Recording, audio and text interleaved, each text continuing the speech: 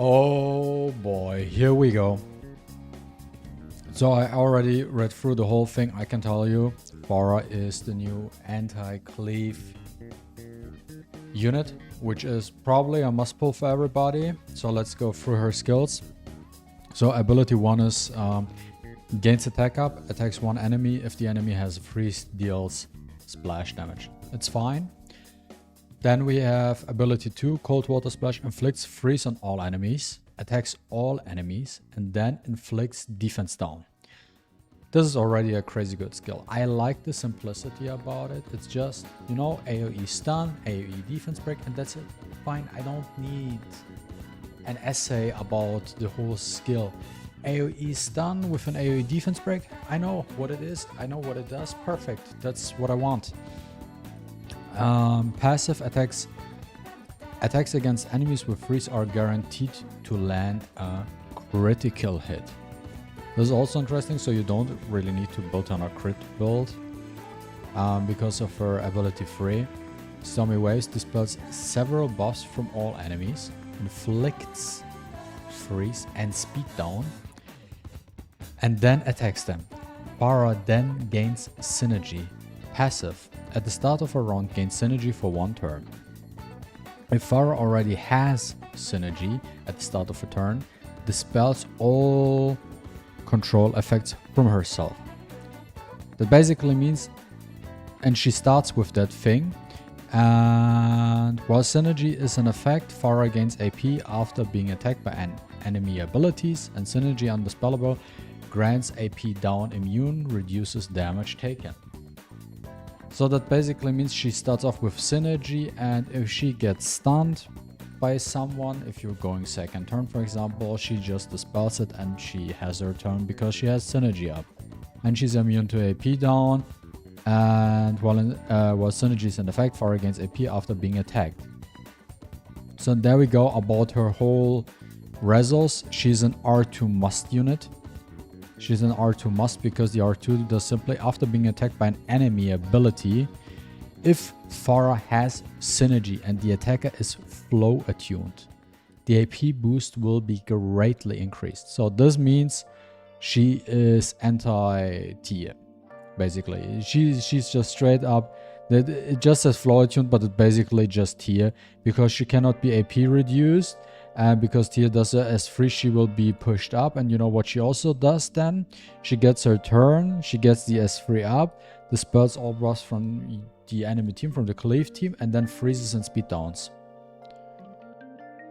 This is very strong. This is very strong. So for the people who are saving, if you need an anti-cleave unit, go get yourself a Farrah 2 or 2 because that's where it's at.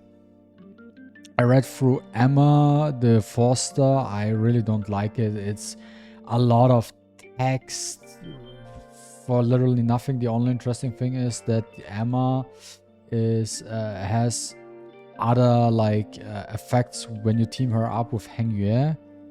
But already that, like, who even uses Heng-Yue really? Right? So I don't even care. Like, I don't even want to talk about this. Then we got the Divinates. This is something we already saw from the PTR. They didn't even change anything. It's the same exact thing. Echo, the same, like all the stuff we already know. Then the gold pool adjustments, that's everything we already know. They added the falsetto fantasy. We already know everything about that stuff, how this works with the leaderboards and everything. Then obviously a name card and so on. Then we get our events with all the goodies and stuff like that. And yeah, all the events, what we can do. Then Dividend Launch Gift, important thing, lock in daily to get 70 spins. Guys, don't forget about that.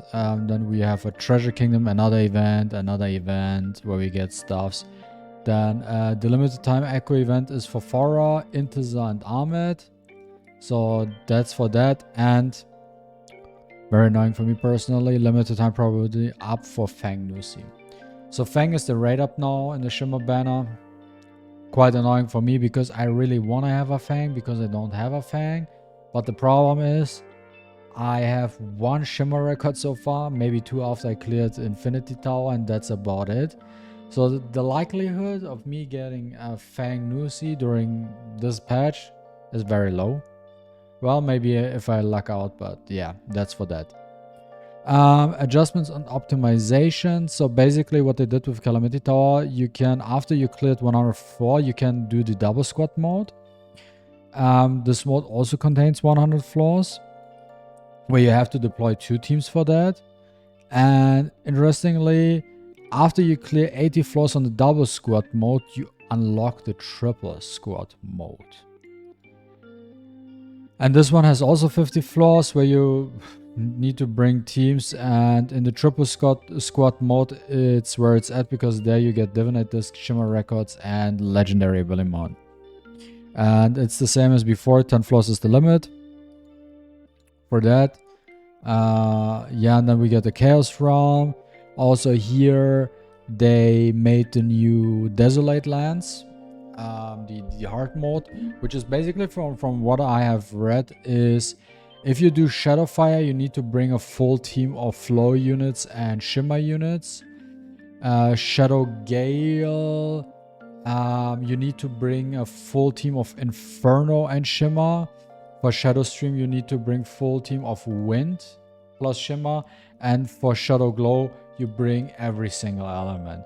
Because, for example, Shadowfire is Inferno type, right? So Flow is the strong element to it. But if you bring Inferno and Wind Espers, you're afflicted with petrification permanently from the start of combat. So that basically means you cannot even use them.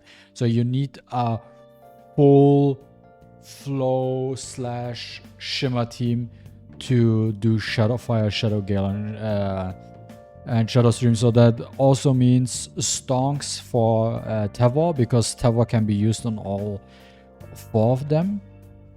That's for that. Then they improved something about the album with 2D and 3D.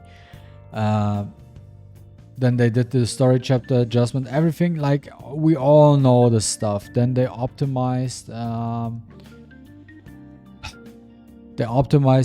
the formation presets, the single team with 5 Espers, the 3 teams, which is for Set of Fantasy and Sentinel, 6 team is for Dislyte. After the update, you'll be able to save and swap formations to or from presets directly in the deployment interface of any. From the leaderboard interface, you can copy or save formations in the preset, blah. Added a new quick equip feature for equipment presets in the Esper inventory and preparation room. Yeah, what does that mean? New quick equip feature, whatever. Added a new quick enhance feature to the equipment management interface to make it easier to filter and enhance equipment and badges. Approved the rookie, blah. And obviously, pack adjustments, they added a lot of Divinate Discs for whales. So guys, that's about it. I skipped through a lot, I know, but I don't want to make this video too long, and there's also not like really too much to talk about, because most of the stuff we already discussed on the PTR, and saw a lot of, we already had a lot of YouTube videos. The biggest part for today was probably Farrah. So Farrah is an anti-cleave unit, and if you want to have an anti-cleave unit, you have to get her to R2. And from just reading her, I would even highly recommend just getting 1 copy of her and then just stick her up to R2, because that is needed. From a PvE perspective, I'd say maximum tower. Like, she's probably good for Infinity Tower, Temporal Tower, and maybe also the Calamity Island. That's what she's good for in PvE, but otherwise she's strictly PvP. So guys, thanks for watching. If you didn't subscribe to the channel, feel free to subscribe now, it really helps out, and see you next time. Bye bye.